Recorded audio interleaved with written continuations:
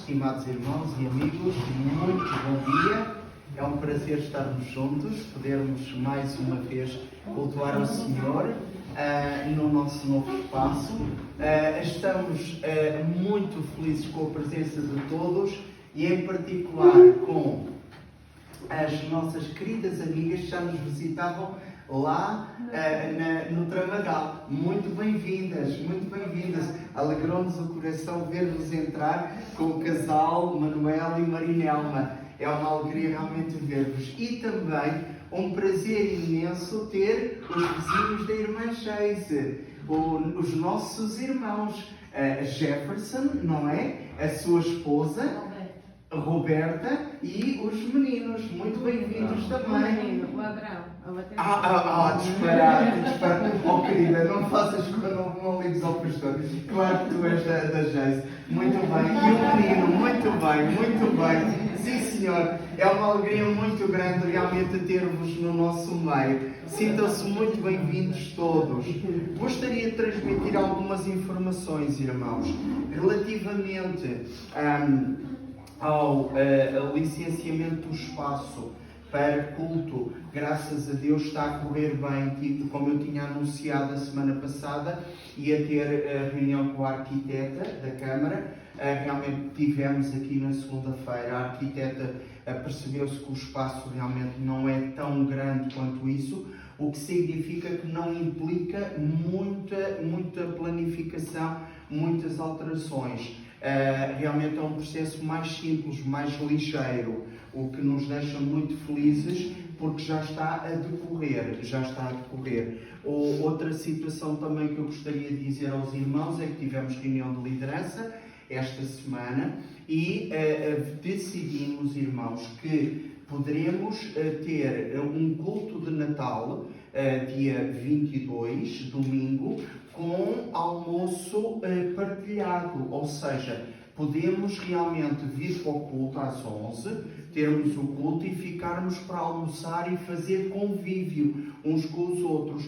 Cada família pode trazer um prato à sua escolha, é livre, e uma bebida. E assim todos contribuímos para termos um almoço, digamos assim, um almoço partilhado de Natal. Também planificamos uma atividade para a passagem de ano, de 31 para 1. Vamos ter culto às 9 horas.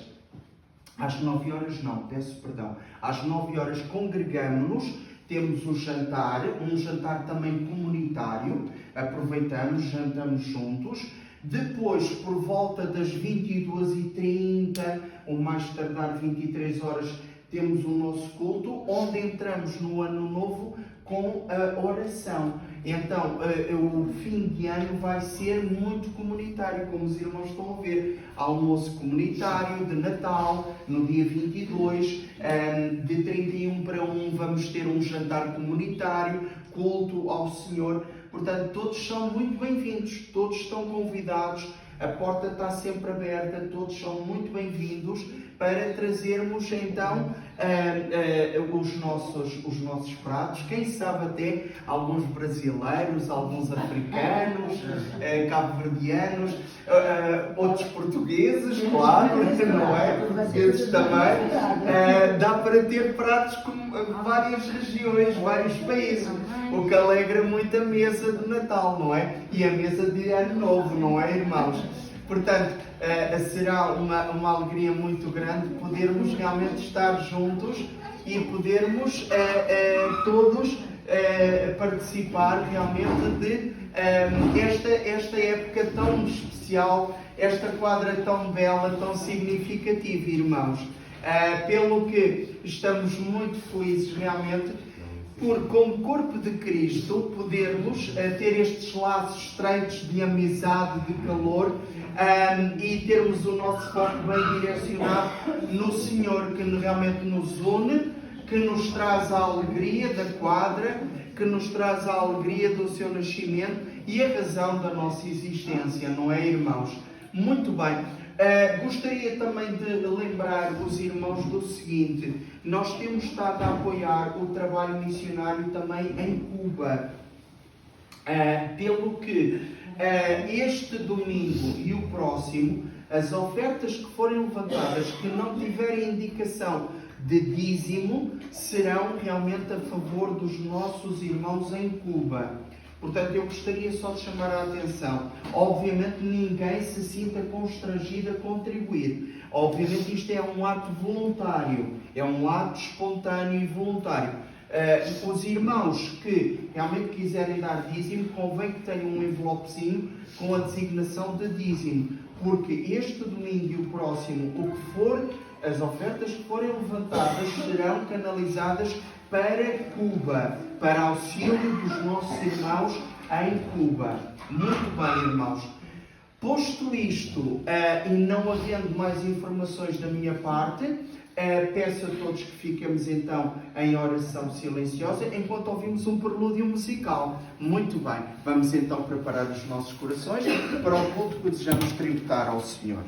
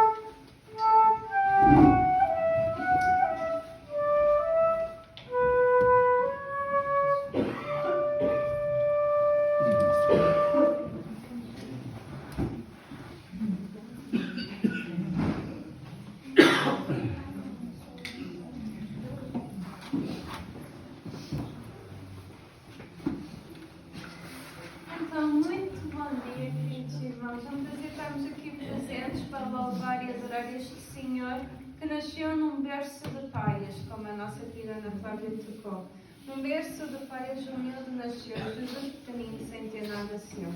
E ele vai voltar e com ele a terra vai se alegrar e vai se exultar.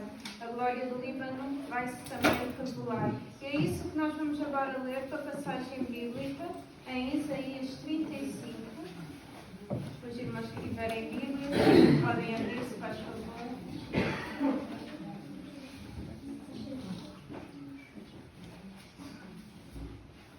Isaías, capítulo 35, uma passagem bíblica em que está escrito o seguinte: o deserto e os lugares secos se alegrarão disto, e o ermo exultará e florescerá como a rosa. Abundantemente florescerá e também regurgitará de alegria e exultará. A glória do Líbano se lhes deu, a excelência do Carmelo e de Saron. Eles verão a glória do Senhor, a excelência do nosso Deus. Confortai as mãos próprias e fortalecei os joelhos trementes. Dizei aos turbados do coração: esforçai-vos, não temais. Eis que o vosso Deus virá com vingança, com recompensa de Deus. Ele virá e vos salvará. Então os olhos dos cegos serão abertos e os ouvidos dos surdos se abrirão. Então os coxos saltarão como servos e a língua dos mudos cantará. Porque águas arrebentarão no deserto e ribeiros no ermo. E a terra seca se transformará em tanques e a terra sedenta em mananciais de águas. E nas habitações que jaziam os chacais haverá erva com canas e juncos. E ali haverá um alto caminho, um caminho que se chamará o caminho santo. O imundo não passará por ele, mas será para aqueles. Os caminhantes, até mesmo os loucos, não errarão. Ali não haverá leão, nem animal feroz subirá a ele. nem se achará nele, mas os remidos andarão por ele. E os resgatados do Senhor voltarão e virão a Sião com júbilo, e alegria eterna haverá sobre as suas cabeças. Gozo e alegria alcançarão, e deles fugirá a tristeza e o gemido. É neste caminho no deserto que o nosso Deus se revelou. Foi no caminho no deserto que João Batista preparou o caminho para o Senhor. Foi no deserto que o Senhor esteve 40 dias. E foi no deserto que a maior parte do ministério do Senhor foi realizado. Então nós podemos dizer que o Senhor encontra-nos no nosso deserto. Encontra-se nos momentos em que nós passamos por dificuldades. Mas Ele continua a ser um Deus de milagres, um Deus de promessas e luz na escuridão. E é isso que agora nós vamos cantar, aqueles que puderem em pé, o cântico Caminho no Deserto.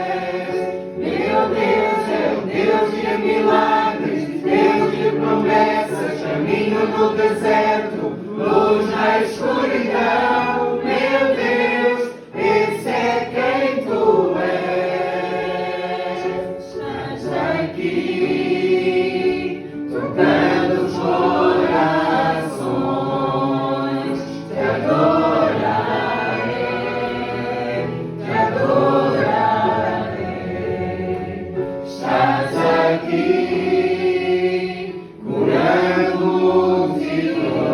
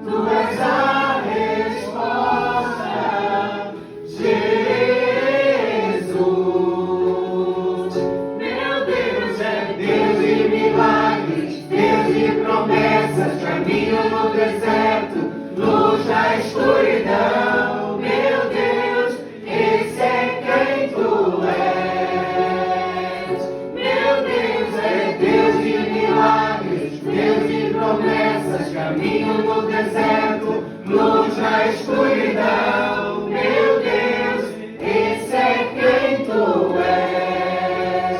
Esse é quem tu és. Esse é quem tu és. Esse é quem tu és. Esse é quem tu és. Senhor, nós te louvamos e te adoramos, Senhor, porque acima de tudo, tu és o Senhor que veio a esta terra, de uma forma humilde, o Rei dos Reis, o Senhor dos Senhores, sempre rodeado de anjos, a louvar, a adorar, em tudo que é beleza, em tudo que é riqueza, Senhor. Tu te humilhaste, nascendo numa humilde manjedoura, Senhor. Tu não tiveste lugar aqui no meio de nós. Tu estavas sozinho, Senhor, e tu, acima de tudo, naquela cruz, foste abandonado por Deus Pai, para poderes levar os nossos pecados, para que nós nunca soubéssemos o que é ser abandonados por Ti. Ó Pai, que este culto seja da Tua honra, seja da Tua glória, que os nossos corações estejam abertos para ouvir a Tua voz e para que nós possamos enfrentar esta nova semana com desafios, em que às vezes vamos caminhar por desertos, com a certeza que Tu vais à nossa frente e que também estás ao nosso lado. Ó Pai, que toda a honra e glória seja para Ti, no santo nome de Jesus. Amém. Agora, queridos irmãos, vou pedir à irmã Lina para ler uma passagem bíblica baseada em Lucas 10, uma passagem em que o Senhor encaminha os discípulos, não só a 12, mas também outros que seguiam com Ele, para ir à sua frente. Nesta altura foi o Senhor que pediu aos discípulos para irem à frente dele, para preparar o caminho para as pessoas poderem ouvir a mensagem do Senhor. E é isso que agora nós vamos ouvir pela irmã Lina, Lucas 10, do versículo 1 até o versículo 20.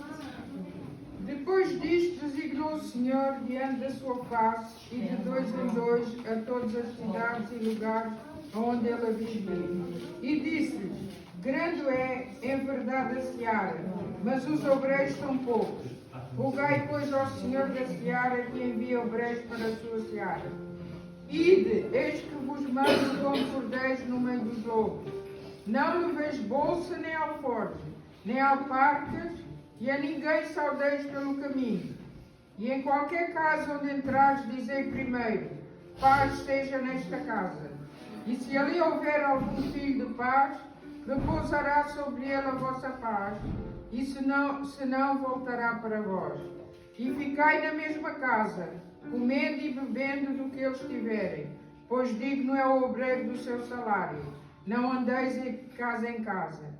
E em qualquer cidade em que encontrares e vos receberem, comei do que vos puserem diante. E curai os enfermos que nele houver, e diz-lhes: é chegado a vós o reino de Deus. Mas em qualquer cidade em que entrares e vos não receberem, saindo pelas suas ruas, dizeis: até o pó que da vossa cidade se nos pegou, sacudimos sobre vós. Sabei, contudo, isto, que já o reino de Deus é chegado a vós. E digo-vos que mais tolerância haverá naquele dia para Sodoma do que para aquela cidade. Ai de ti, Corazim!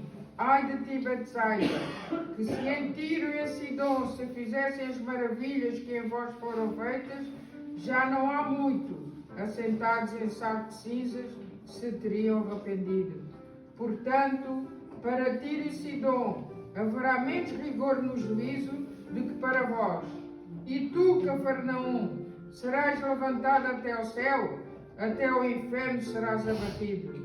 Quem vos ouve a vós, a mim me ouve, e a quem vos rejeita a vós, a mim me rejeita.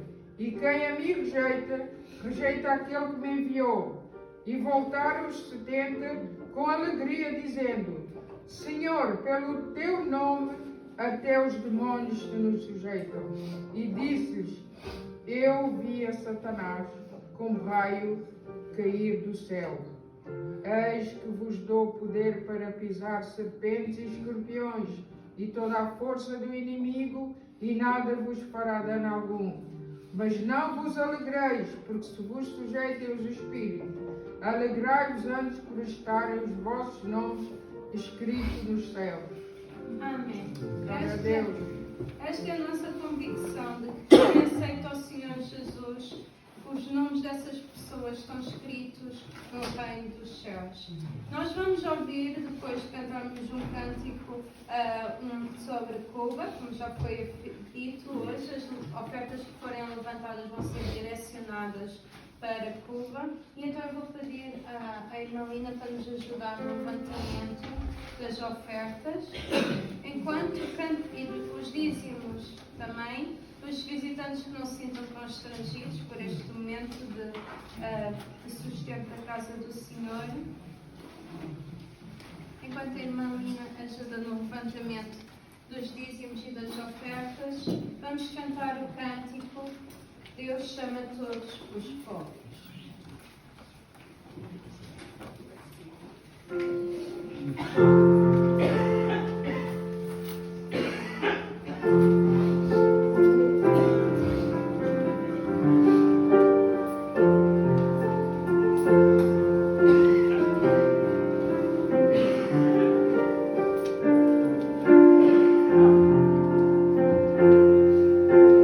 Deus chama todos os povos e todas as nações.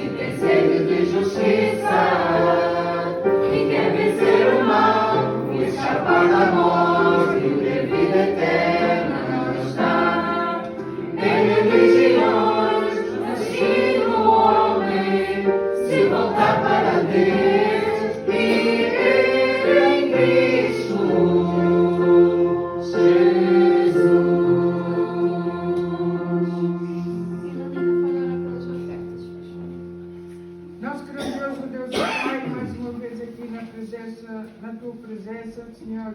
Vimos agradecer tudo aquilo que o Senhor tem derramado sobre nós, Pai. As grandes bênçãos, o amor, Senhor. E a graça, Pai. Agradecemos, Senhor, porque podemos realmente participar na Tua obra, Pai. Neste momento, Senhor, agradecemos pelas ofertas aqui colhidas esta manhã, Senhor. Que elas possam, Senhor, ser levadas, Pai, realmente para a Tua obra e para ajudar este povo que precisa, Senhor. Nós também agradecemos, Senhor, pela oportunidade que o Senhor nos dá de poder ajudar e de poder contribuir, Senhor, para esta causa, Senhor. Agradecemos, Pai. Sabemos que nada merecemos, Pai, que tudo vem de Ti, Senhor. Tudo aquilo que pôs nas nossas mãos, Senhor, para administrarmos, Pai, possa ser realmente canalizado para sempre para o melhor, para aquilo que o Senhor tem, Senhor. E os nossos corações, Senhor, possam sempre apertar com amor, sem pensar em retribuições, Pai. Porque sabemos, Senhor, que Tu cuidas de nós cada dia. Tu prometeste e nós acreditamos, Pai. Ajudamos, Pai, e agradecemos, Pai, por poder participar nesta obra. Pedimos todo em nome do Teu amado, bendito Filho, Jesus Cristo, hoje e para todos sempre. Amém. Glória a Deus. E vou chamar o pastor Maurício para nos dar informações sobre. Eu gostaria de Podem sentar aqui de novo. cumprimentar todos com um bom dia. Estamos muito gratos a Deus, né, pela oportunidade de mais uma vez poder estar aqui a nos reunir na presença do nosso Deus, nesse momento que nós podemos, né, interceder por Cuba. É um país que tem passado por momentos muito difíceis e eu sei tanto por cá, né, pela igreja, pelas informações que nós recebemos, como também por uma colega de trabalho, que ela é cubana. Então ela tem relatado para mim também a situação, né, de Cuba, muitas questões que têm acontecido ultimamente lá, né. Por final, agora no mês passado houveram 2 furacões, né, um terremoto, e algumas regiões foram muito afetadas, né, realmente com destruição. E eu gostaria de dizer que nós, quanto irmãos em Cristo, né, daquelas pessoas que estão ali em Cuba e que têm padecido, têm sofrido, mas nós temos visto pessoas que têm, missionários, pastores que têm se empenhado ali em levar, né, a palavra do Senhor, e essas pessoas são as pessoas que necessitam de recursos, né, para que essas pessoas que ali foram afetadas de alguma maneira sejam abençoadas. Então, essa colega minha, orem por ela, né, também, o nome dela é Magali, e ela tem sofrido por causa da família dela que está lá. Então, ela sempre tem preocupado, né, quando houveram alguns apagões, que tudo apagou, não ficou todo mundo nas escuras, e a questão da fome, né, que tem acontecido lá, porque é um país, infelizmente, a liderança ali é autoritária, e as pessoas têm padecido muito, né, naquele lugar. Então nós estamos aqui com essa incumbência de orar pelos nossos irmãos em Cristo, né, pelos missionários que tem inclusive uma situação que eu gostaria de trazer rapidamente, de uma família que há alguns anos atrás, uma mãe com 17 anos de idade, ela tinha duas crianças, acho que uma menina de 2 e um menino de 1 aninho. E devido a todas as circunstâncias e outras questões mais, ela com 17 anos de idade, com 2 filhos, ela tirou a própria vida. Então ela tomou um líquido, veneno, e ela tirou a vida dela. Infelizmente, com 17 anos de idade, já era mãe de 2 crianças, e esse missionário que relata, ele mandou, tem uns vídeos que foram enviados, que ele foi para a região que foi afetada, né, por esses furacões, que era a região da mãe, onde os pais dele moram. E ele teve a oportunidade de ir lá, e sabendo da história já dessa mãe que tinha tirado a vida, porque já tinha alguns anos, né, que ela tinha tirado a vida, porque isso já aconteceu há uns 5 anos mais ou menos, ele voltou para ver os pais e levou roupas para essas crianças, porque essas crianças nunca tinham tido roupas, nunca tinham comprado roupas para essas crianças. Então eles viviam uma situação meio que quase que assim, uma vida bem complicada, porque as crianças todas sujas, né, todas largadas, e só o pai que cuida agora hoje das crianças.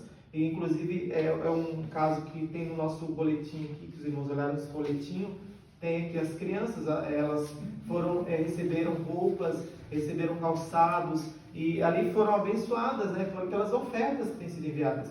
Então que nós continuemos, né, nesse empenho de ajudar, né, naquilo que nós podemos, essas famílias. Então nós vamos nesse momento orar, né, por Cuba, orar pela missão em Cuba, pelos irmãos que têm levado a palavra do Senhor. Amém, irmãos? Vamos orar então. Senhor Deus e Pai, nós louvamos o Teu nome, te agradecemos, Senhor, pela oportunidade, por sabermos que só o Senhor é Deus, por conhecermos que só no Senhor há salvação, sabemos que só o Senhor tem palavra de vida eterna, sabemos que só no Senhor, meu Pai, nós verdadeiramente somos pessoas que podemos dizer que somos felizes, pessoas que verdadeiramente vivemos a paz do Senhor, meu Pai, essa paz que excede todo entendimento. Somente no Senhor, meu Pai, nós podemos ter a verdadeira paz, podemos ter um refúgio, meu Pai. E nós clamamos nesse momento pelas pessoas ali naquele país, em Cuba, Senhor Deus, que tem sofrido muito com tantas catástrofes, terremotos, furacões, a fome, governo, meu Pai, autoritário, meu Pai, tantas pessoas vão sofrer, Senhor, ó, meu Pai, as doenças que têm chegado agora devido a toda essa circunstância, meu Deus, essa família que nós falamos, relatamos, essas crianças, meu Pai, abençoe, Senhor, abençoe a Tua obra, esse missionário que relatou, que teve ali, meu Pai, a levar, Senhor Deus, aquelas roupas, aquelas pertence àquelas crianças, meu Deus, e todos os pastores, meu Pai, que têm estado ali levando o Teu Evangelho, meu Pai, esse Evangelho transformador, Senhor Deus, que só abençoe por misericórdia aquela nação, é o que nós pedimos nesse momento, meu Pai, em o nome do Senhor e Salvador Jesus. Amém. Amém. Nós vamos continuar o nosso culto agora, lendo a passagem do Salmo 2, um salmo profético relativo ao Senhor Jesus, que fala sobre o seu poder sobre todas as nações. E assim diz o salmo: porque se amotinam as gentes e os povos imaginam coisas vãs. Os reis da terra se levantam e os príncipes juntos se mancomunam contra o Senhor e contra o seu ungido, dizendo: rompamos as suas ataduras e sacudamos de nós as suas cordas. Aquele que habita nos céus se rirá. O Senhor zombará deles. Então ele lhes falará na sua ira e no seu furor os confundirá. Eu, porém, ungi o meu rei sobre o seu santo monte de Sião. Recitarei o decreto. O Senhor me disse: tu és meu filho, eu hoje te gerei. Pede-me e eu te darei as nações por herança e os fins da terra por tua possessão. Tu os esmigalharás como uma vara de ferro, tu os despedaçarás como um vaso de oleiro. Agora, pois, ó reis, sede prudentes, deixai-vos instruir os juízes da terra. Servi ao Senhor com temor e alegrai-vos com tremor. Beijai o fio para que se não ire e pereçais no caminho, quando em breve se inflamar a sua ira. Bem-aventurados todos aqueles que nele confiam. Essa é a nossa segurança, que nós somos bem-aventurados, porque confiamos no Senhor e temos esta plena segurança de que somos dele. E então não viveremos na sua ira, porque ela já foi lançada sobre o Filho de Deus. E podemos ter então alegria e segurança no Senhor Jesus, que é o que nós vamos agora cantar.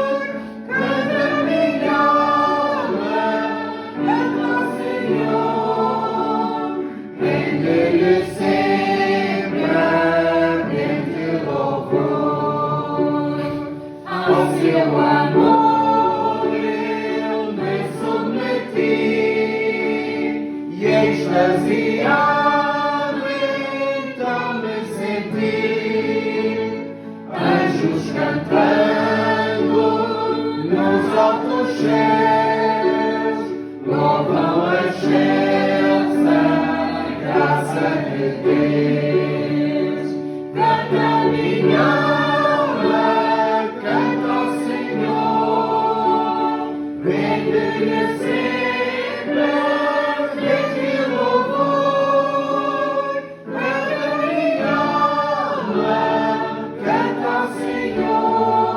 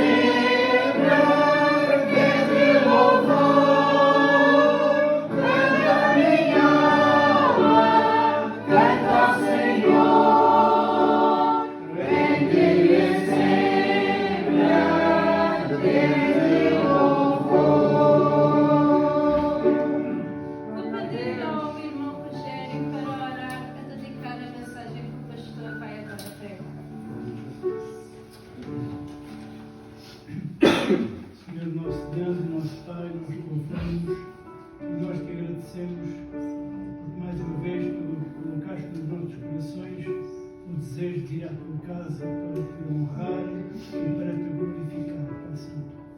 Nós te agradecemos, Pai Santo, por todas as bênçãos que tens derramado sobre as nossas vidas. E neste momento, Pai Santo, nós te pedimos que possas inspirar o teu servo, possas entrar na sua mente e nos transmitir aquilo que tu queres para cada um de nós. Abre o nosso entendimento, os nossos corações, para que possamos captar aquilo do recado que tu tens para cada um de nós. Perdoa-nos, Senhor. Muitas vezes nós somos negligentes naquilo que tu queres, mas nós te pedimos perdão e neste momento nos predispomos a ouvir aquilo que o teu servo tem para nos dizer. Unge-o com a tua sabedoria. Depois nós oramos agradecidos no nome sacrosanto do teu Filho amado Jesus Cristo. Amém. Amém.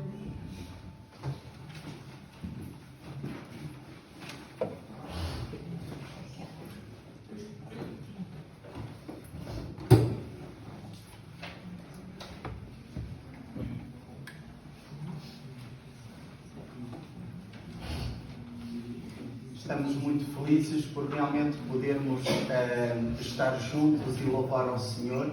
E gostaria também de dar as boas-vindas ao nosso querido irmão Belarmino e também à sua esposa e cunhada. Muito bem-vindos, irmãos. É um prazer ter-vos na nossa companhia. Foi uma alegria imensa poder ver-vos chegar. Por isso, sintam-se muito bem no nosso meio. Muito bem-vindos. Mais uma vez eu expresso a minha alegria. Gostaria, irmãos, de vos convidar para abrirem as vossas Bíblias em 1 de Samuel, capítulo 19. Temos estado a fazer pregação expositiva realmente em primeiro livro de Samuel e já estamos no capítulo 19. Primeiro livro de Samuel, capítulo 19. E, irmãos, hoje vamos nos debruçar realmente sobre problemas que nos afligem.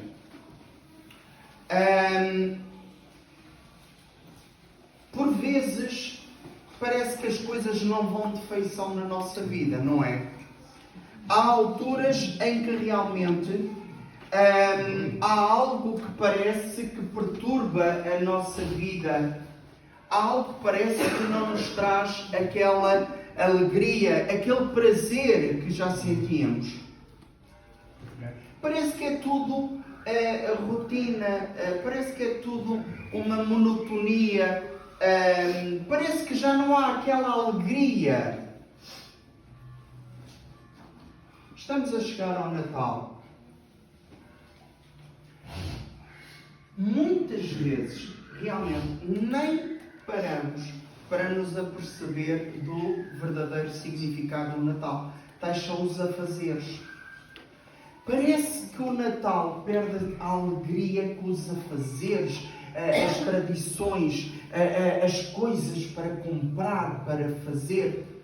Quem diz o Natal pode dizer outra altura festiva. A Páscoa pode acontecer com até um aniversário. Parece que às vezes falta qualquer coisa. Torna-se rotina. Mais um Natal. Sim, mais uma Páscoa. Mais um aniversário. É só mais um ano. É só mais um. E a alegria esvai-se. Esvoa. Parece que já não estamos com a verdadeira chama que nos motiva, nos alegra, nos traz um sorriso e nos faz dizer assim: olha que bom, já estamos a viver mais um ano, graças a Deus. Olha, mais um Natal, que bom, que alegria voltarmos a estar juntos, que alegria podermos ter a celebração do Senhor Jesus. Parece que tudo se esvai. Observem que houve um homem em Israel. Temos estado a falar sobre ele, Saul, que perdeu a alegria de viver. E imaginem, era rei. Era rei. Ele tinha tudo nas suas mãos. Mas mesmo assim, apesar dos bens que ele tinha, porque era rei, apesar do poder que ele tinha, porque era rei, perdeu a alegria da vida. Perdeu a alegria de viver. A sua vida passou a ser uma chaga. Sabem o que é uma chaga? Dor, sofrimento, chaga. Assim era o seu viver. Observem como realmente este homem não estava, apesar do poder, apesar dos bens, não estava bem. Porque a alegria não vem do poder, a alegria não vem dos bens, a alegria vem da nossa verdadeira e íntima comunhão com Deus. O que é que aconteceu com este homem para perder isso? O que é que aconteceu? Porquê é que ele foi, na sua vida, descendo, ao ponto de tirar a sua própria vida? Porquê? Como é possível um homem de uma alta posição, rei, monarca, cair no mais fundo do abismo, no suicídio? Vamos analisar o capítulo 19 e observem o problema. Gostaria que começássemos com os primeiros 7 versículos. Diz assim a palavra do Senhor: E falou Saul a Jonatas, seu filho, e a todos os seus servos para que matassem Davi. Porém Jonatas, filho de Saul, estava muito afeiçoado a Davi. E Jonatas o anunciou a Davi, dizendo: Meu pai, Saul, procura matar-te. Pelo que agora guarda-te pela manhã e fica-te num lugar oculto e esconde-te. E sairei eu e estarei à mão do meu pai no campo em que estiveres. E eu falarei de ti ao meu pai e verei o que houver e tu anunciarei. Então Jonatas falou bem de Davi a Saul, seu pai, e disse-lhe: Não peque o rei contra seu servo Davi, porque ele não pecou contra ti, porque os seus feitos te são muito bons, porque pôs a sua alma na mão e feriu aos filisteus e fez o Senhor um grande livramento a todo o Israel. Tu mesmo viste e te alegraste, porque depois pecarias contra sangue inocente, matando Davi sem causa. E Saul deu ouvidos à voz de Jonatas e jurou Saul: Vive o Senhor, que não morrerá Jonatas. E Jonatas chamou a Davi e contou-lhe todas estas palavras. E Jonatas levou Davi a Saul e esteve perante ele como dantes.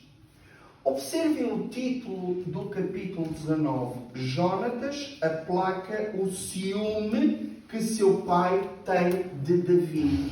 É este o título do capítulo 19. Observem como Saul entrou em ciúme. E o ciúme levou ao ponto da loucura de querer tirar a vida de Davi.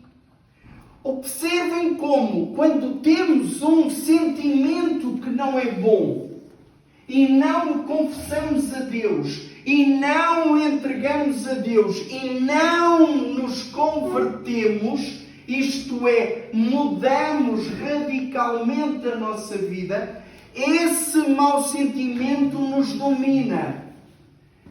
Não estranhem. A nossa sociedade está repleta de casos de tragédias por causa de ciúmes. Quantas agressões no seio de famílias? Quantas mortes de mulheres às mãos de homens, maridos, companheiros, ciumentos, que se deixam cegar pelo ciúme? Quantas tragédias? Quantos homicídios? A televisão está cheia de notícias. Reparem como um sentimento mau que não é confessado a Deus, que não é entregue a Deus, que não pede, a pessoa não pede para mudar, esse sentimento pode ser usado pelo inimigo para cegar, ao ponto de levar à morte. Esta narração tem muito a ver com o que hoje se passa no seio de muitas famílias, onde muitos maridos ou muitas mulheres, cegos pelos seus ciúmes, se deixam levar pela loucura ao ponto de tirarem a vida. O que aconteceu? Porquê que não acabou em tragédia este momento? Pela intercessão de um amigo. Reparem que a passagem nos descreve que Jónatas, ainda no versículo 1, porém Jónatas, filho de Saul, estava muito afeiçoado a Davi, e Jónatas o anunciou a Davi, dizendo: meu pai procura matar-te. Pelo que agora guarda-te pela manhã e fica-te num lugar oculto e esconde-te, e sairei eu e estarei à mão do meu pai no campo em que estiveres, e eu falarei de ti ao meu pai, e verei o que houver, e tu anunciarei. A intercessão é uma arma poderosa para nos fortalecermos no Senhor. Reparem como a oração não é algo de descurar na nossa vida. Observem como a oração tem poder para alterar situações trágicas. Se não fosse Jónatas predispor-se a interceder por Davi, muita tragédia teria acontecido naquele momento. Observem como uma igreja se fortalece na oração e na intercessão mútua. Uma igreja tem força. Uma igreja estreita os seus laços. Uma igreja cresce unida. Quando todos intercedem, quando todos oram, quando todos estão unidos no mesmo propósito de se entregarem ao Senhor e de entregarem as suas vidas a Deus, para que Deus opere, mude, transforme e edifique a sua igreja. É dele que vem o poder. Está nas nossas mãos rogar ao Senhor para que esse poder desça e nos fortaleça, nos une, nos abençoe e nos faça caminhar em santidade de vida. Reparem, irmãos, como Jónatas foi uma bênção na vida de Davi pela intercessão. Podemos dizer assim: mas Jónatas era amigo. Sim, Jónatas era um verdadeiro amigo. E reparem que há amigos que se tornam mais chegados que um irmão. Se os irmãos derem um pulinho ao livro de Provérbios,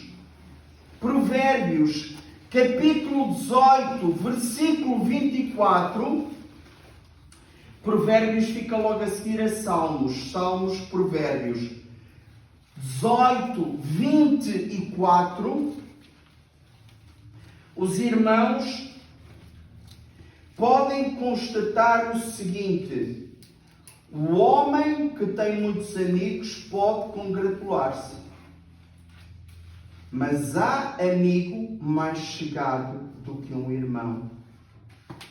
Há amigo mais chegado do que um irmão. Podemos nos congratular pelos nossos amigos, mas há aqueles amigos especiais que são mais chegados que um irmão, porque estão presentes na nossa vida. Isto faz-nos refletir. Temos sido esse tipo de amigos? Temos sido esse tipo de irmãos uns para com os outros?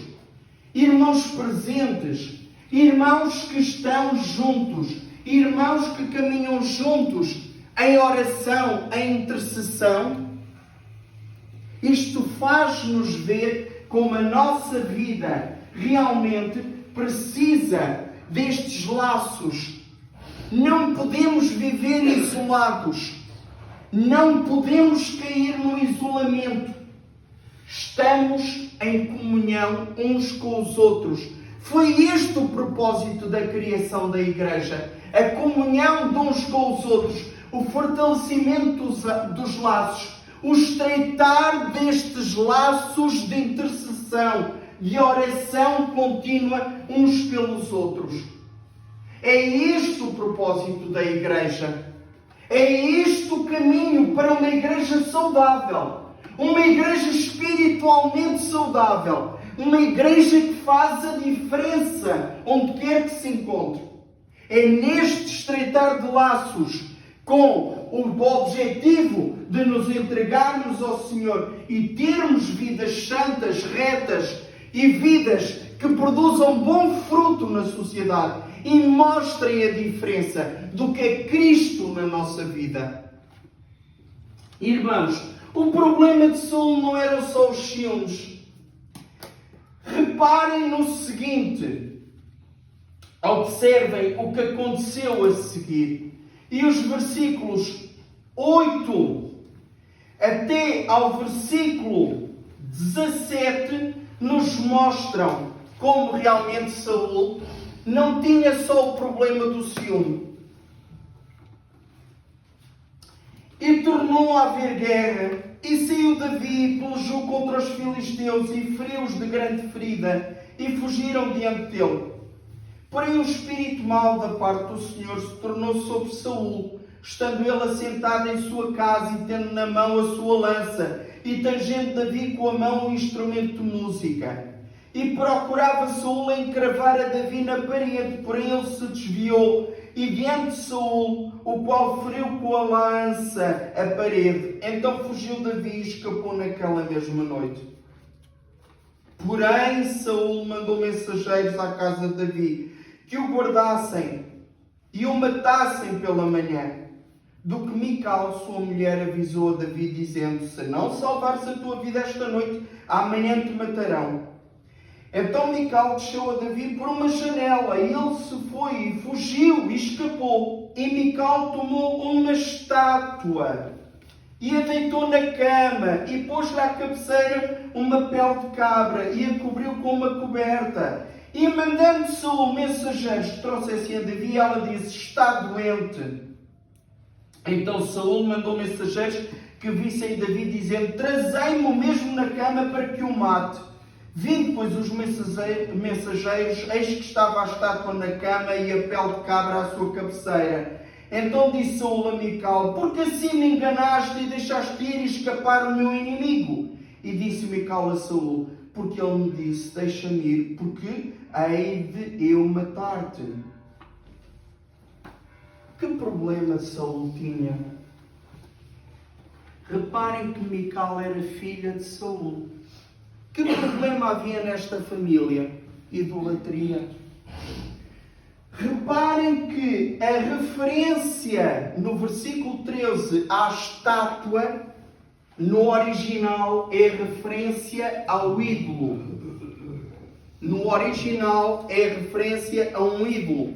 Um ídolo de grande porte, que poderia substituir o corpo de um homem, ao ponto de Mical usar para cobrir a cama com aquela estátua. Deitar a estátua na cama, fingindo que era Davi, e cobrir. Observem como muitas vezes nós temos realmente outros que ocupam o lugar de Deus. Chamamos a isso os ídolos. Não tem de ser um objeto. Não tem de ser um objeto. Pode ser algo que tome o lugar primário de Deus. Deus deve ocupar o primeiro lugar da nossa vida. Assim está determinado. Reparem como os cristãos passaram a cultuar no primeiro dia da semana, que é hoje, domingo. Não foi por acaso. É porque o primeiro deve ser sempre consagrado ao Senhor. O primogênito da família, já no Velho Testamento, era aquele que tomava a dianteira da família no falecimento do pai. Era esse o primogênito. O primogênito das colheitas, as primícias das colheitas, eram entregues ao Senhor. As primícias de tudo o que se colhia, inclusive dos animais, era oferta para o Senhor. Porque em primeiro lugar vem sempre Deus. Deus é o primeiro. Reparem como tudo o que ocupa o primeiro lugar na nossa vida tende a ser um ídolo para nós. Tende a tomar o lugar de Deus. E tomar o lugar de Deus significa ter preponderância. Qual o problema de Saul e da sua família? Eles não tinham Deus como o primeiro nas suas vidas. Eles tinham sim uma estátua. E não só, irmãos. Observem outra característica. Versículo 14. E mandando Saul mensageiros que trouxessem a Davi, ela disse: está doente. Ela mentiu. Não só ele era dominado pelo ciúme, como ele não tinha Deus em primeiro lugar na sua vida, e a sua vida e a vida da sua família viviam da mentira. A mentira estava instalada, ao ponto de Mical mentir facilmente e mentir espontaneamente. Inclusivamente o pai perguntar-lhe, versículo 17: porque assim me enganaste? Porque é que me mentiste e deixaste ir e escapar o meu inimigo? E disse Mical a Saul: porque ele me disse: deixa-me ir, porque hei de eu matar-te. Outra mentira. Davi não disse que iria matá-la. Observem como, irmãos, tudo o que está na nossa vida que não é bom, que não é entregue ao Senhor, que não é confessado ao Senhor, que não suscita em nós incômodo ao ponto de nos arrependermos, tudo isso gemina. É como se fosse regado e cresce, ao ponto de destruir a nossa vida. Não estranhemos Saul ir de mal a pior. E chegar ao ponto, como haveremos de verificar, de ele próprio tirar a sua própria vida. Não estranhemos. Porque quando nós não entregamos a Deus os problemas da nossa vida, eles subjugam-nos, porque são usados pelo inimigo. E são armas na mão do inimigo para nos subjugar e nos destruir e nos tirar o prazer.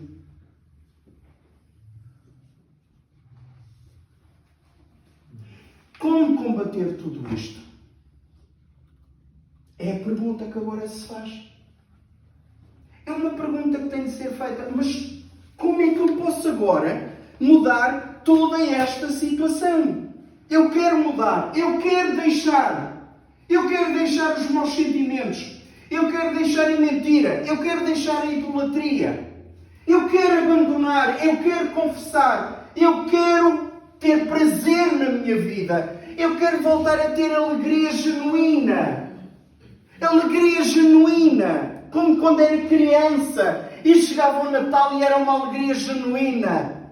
Eu quero voltar a ter essa experiência da alegria das coisas simples, de fazer mais uma vez anos, de ter o prazer de estar a celebrar a alegria da vinda de Jesus, a Páscoa, a paixão de Cristo, a morte de Cristo e a ressurreição, a vitória. Eu quero ter alegria em tudo isso. Eu quero voltar a sentir o meu coração a arder, a vibrar. Como é possível? Observem o que é que o Senhor diz na sua palavra. Observem e vejam do versículo 18 ao 24. Assim Davi fugiu e escapou, e veio a Samuel a Ramá, e lhe participou tudo quanto Saul lhe fizera, e foram ele e Samuel e ficaram em Naiote. E o anunciaram a Saul, dizendo: eis que Davi está em Naiote, em Ramá. Então enviou Saul mensageiros para trazerem a Davi, os quais viram uma congregação de profetas, profetizando onde estava Samuel, que presidia sobre eles. E o Espírito de Deus veio sobre os mensageiros de Saul, e também eles profetizaram. E avisado disso, Saul enviou outros mensageiros, e também estes profetizaram. Então enviou Saul ainda uns terceiros mensageiros, os quais também profetizaram. Então foi também ele mesmo a Ramá, e chegou ao poço grande que estava em seco. E perguntando disse: onde estão Samuel e Davi? E disseram-lhe: eis que estão em Naiote, em Ramá. Então foi para Naiote, em Ramá, e o mesmo Espírito de Deus veio sobre ele. E ia profetizando até chegar a Naiote, em Ramá. E ele também despiu as suas vestes, e ele também profetizou diante de Samuel, e esteve nu por terra todo aquele dia e toda aquela noite, pelo que se diz: está também Saul entre os profetas? Não há nada que Deus não tenha poder para transformar.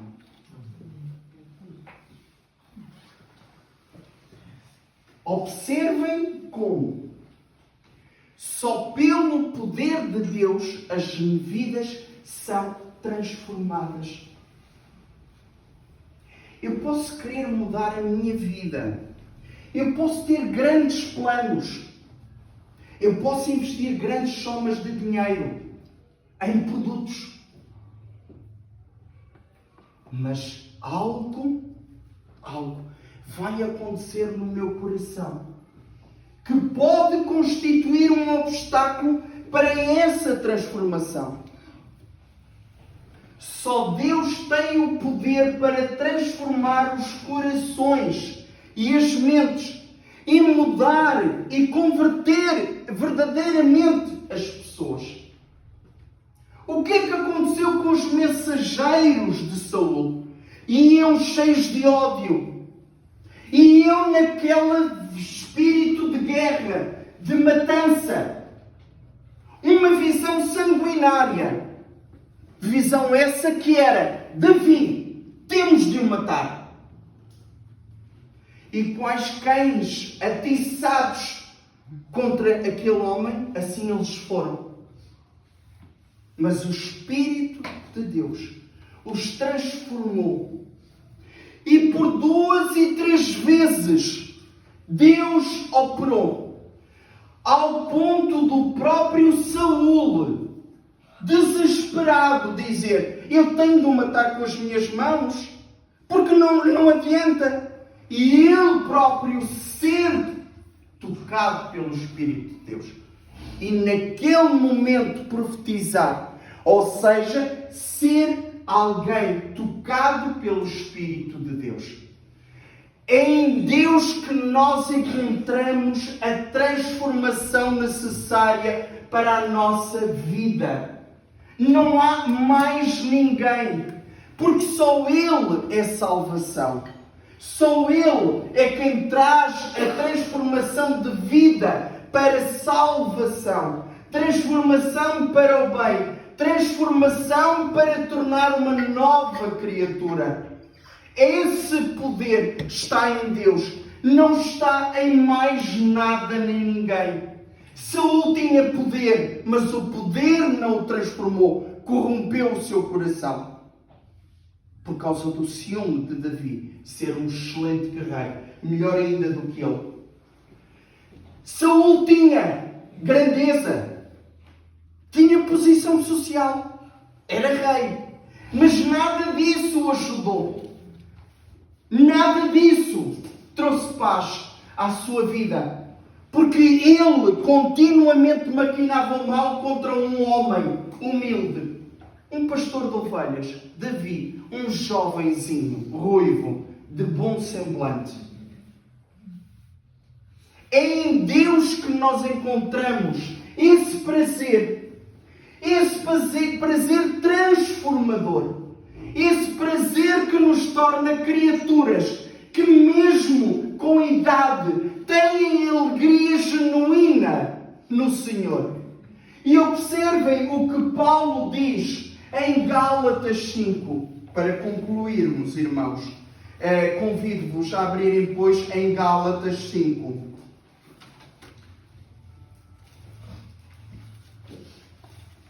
Novo Testamento.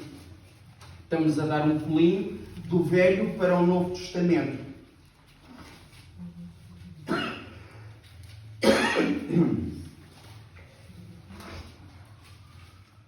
Dos versículos 16 a 26.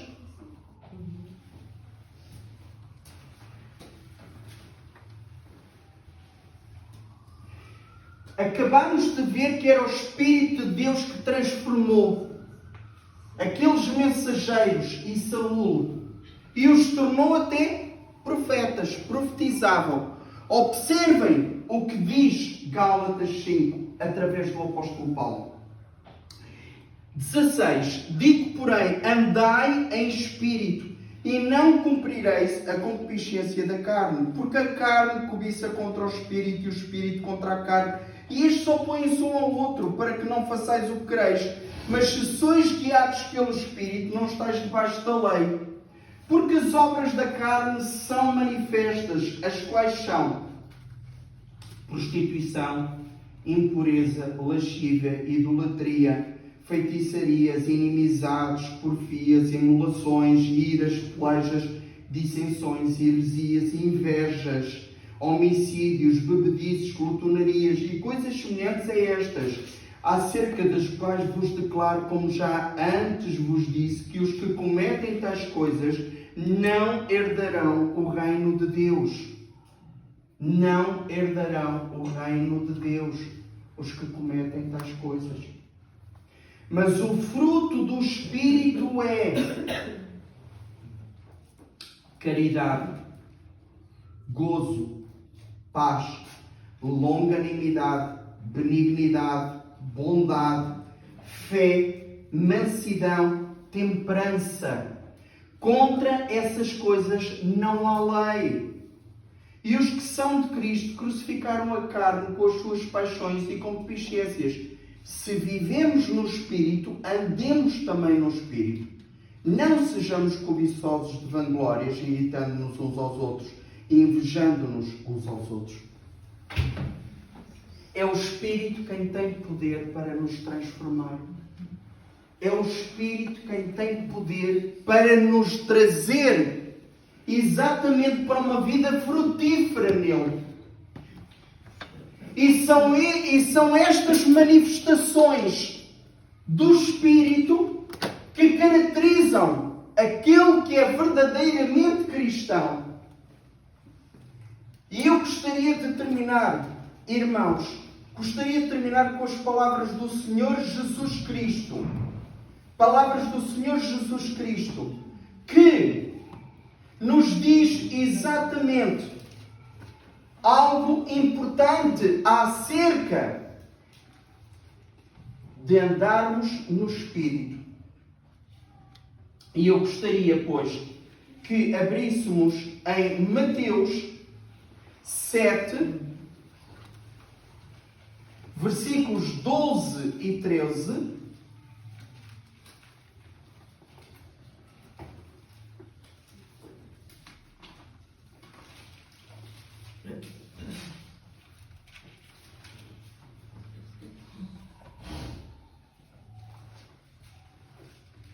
Que diz: portanto, tudo o que vós quereis que os homens vos façam, fazei-lo também vós, porque esta é a lei e os profetas. Entrai pela porta estreita, porque larga é a porta e espaçoso o caminho que conduz à perdição. E muitos são os que entram por ela, e porque estreita é a porta e apertado o caminho que leva à vida, e poucos há quem encontrem. Não há dúvida que a tentação de não fazermos nada e deixarmos a nossa vida correr leva-nos a caminhos de perdição. Mas quanto mais nós compreendermos a necessidade de refletir, de entregar a nossa vida, de confessar os nossos pecados, a Deus, mais vida nós temos nesse caminho. E agora, irmãos, demos um pulinho e vamos, irmãos, até aos versículos 23 e 24. Mateus 7, 23 e 24.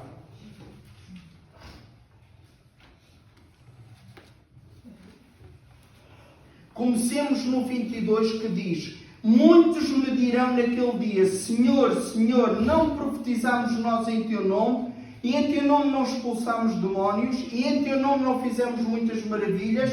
E então lhes direi abertamente: nunca vos conheci, apartai-vos de mim, vós que praticais a iniquidade. Todo aquele, pois, que escuta estas minhas palavras e as pratica, assemelhá-lo-ei ao homem prudente que edificou a sua casa sobre a rocha. E descreve a edificação sobre a rocha que é Jesus. Esta vida, irmãos, é uma vida que só faz sentido quando nós realmente nos entregamos ao Senhor Jesus e deixamos que Ele tome conta da nossa vida. Não importa o exterior. Não nos deixemos levar pelo exterior. Porque muitos dirão até que profetizaram. Mas a sua vida não foi uma vida de coerência com o ensino do Senhor. Mais importante do que o exterior é o interior da pessoa. E é pelo interior que nós conhecemos verdadeiramente quem é do Senhor e quem não é. Quem vive a palavra e a aplica à sua vida e quem não a vive e não a aplica. E o que o Senhor Jesus nos está a dizer é exatamente isso. Que devemos viver a sua palavra, praticá-la, sermos pessoas prudentes, pessoas que se entregam nas suas mãos e deixam que Ele as transforme em novas criaturas, que passam a viver em comunhão com Ele e a caminhar com Ele, vivendo a sua palavra e produzindo o bom fruto do Espírito. É este bom fruto do Espírito que deve ser visível a todos, porque é através exatamente do Espírito na nossa vida que nós conseguimos deixar o pecado e nos tornar novas pessoas em Cristo, novas criaturas em Cristo. Que Deus nos ajude, pois, nesta transformação de vida, para que mais e mais possamos espelhá-lo numa sociedade que já há muito perdeu a alegria da celebração do Natal. Que possamos nós trazer essa alegria genuína de volta aos nossos concidadãos, pela glória de Deus. Que assim seja.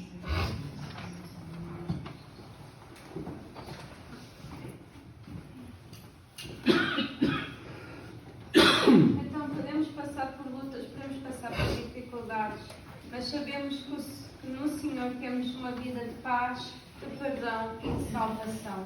E é isso que agora nós vamos cantar de pé o nosso último hino, o hino do cantor cristão, que diz que Deus é por nós, quem é que nos vai vencer?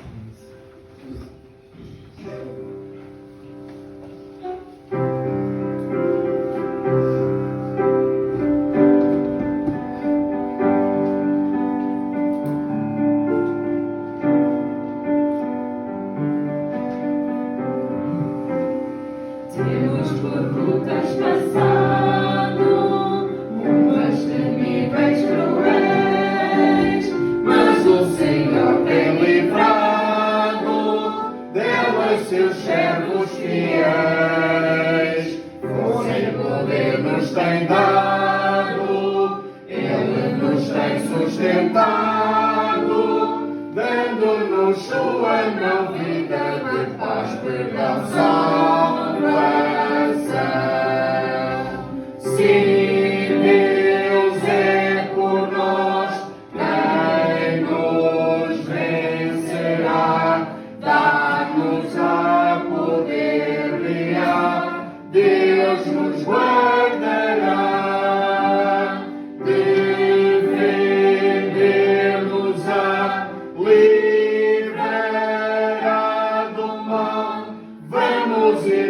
cantar nosso Senhor, louvar e exaltar.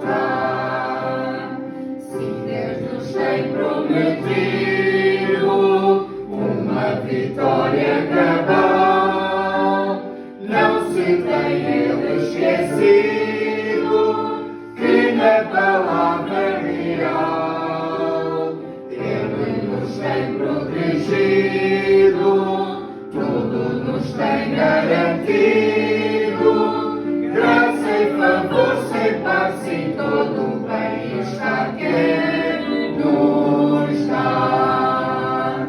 Sim, Deus é por nós, quem nos vencerá, dá-nos-á poder real, Deus nos guardará, defender-nos-á,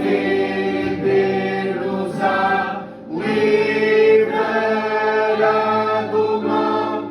Vamos, irmãos, cantar nosso Senhor, louvar e exaltar. Que assim seja, Deus. A oração final e a oração.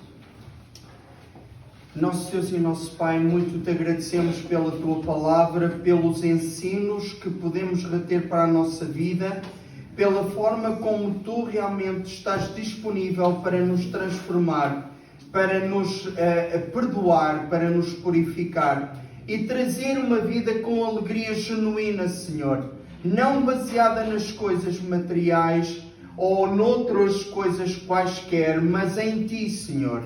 Obrigado, Pai, pelo ensino que podemos retirar para a nossa vida. E agora dá-nos sabedoria e coragem, Pai, para empregar diariamente na nossa vida, Senhor. Que realmente nós possamos ser pessoas prudentes, sábias, pessoas realmente que têm, Senhor, conhecimento da Tua Palavra e a vivem. Obrigado, Pai, porque este é o segredo do viver. É viver a Tua Palavra e é realmente estar em comunhão contigo. Obrigado, Senhor, porque Tu estás sempre disponível para nós. E o Teu poder não tem limites, Senhor. É em Ti que nós temos o poder para a transformação do nosso ser e para a mudança daquilo que não está bem em nós. Senhor, transforma-nos e dá-nos a alegria genuína de sermos realmente agora filhos Teus. Dá-nos esse vigor, dá-nos esse bem-estar, dá-nos essa paz e, Senhor, esse prazer de Te ter diariamente conosco, Senhor, e de ver a Tua mão a atuar na nossa vida. Não há maior alegria do que Te ter conosco e ver Tu atuares na nossa vida, transformando-nos e transformando a nossa realidade. Obrigado, Pai, porque é em Ti que temos esta fonte. Obrigado, Senhor, porque Tu estás disponível para nos atender e para ouvir a nossa oração. Obrigado, louvado sejas por isso, Senhor. E conduz-nos, Pai, agora, nesta quadra tão significativa, a da vinda, a da encarnação Tua, Senhor. A Tua encarnação em homem, Jesus Cristo, Deus encarnado, Emmanuel, Deus conosco. Dá-nos essa alegria e ajuda-nos a espelhar esta alegria que esta quadra traz, por saber que o Salvador veio. E que o Salvador trouxe a salvação à humanidade e está disponível gratuitamente para todos, Pai. Ajuda-nos a transmitir isso a uma sociedade que tanto carece desta boa nova. Dirige-nos para a Tua honra e glória, te pedimos. Com o amor de Deus, a graça do Senhor Jesus Cristo e a comunhão do Espírito Santo sejam com todos nós. Amém. Amém. Deixe-nos sentar, queridos irmãos, e vamos meditar na mensagem como o apóstolo nos deu.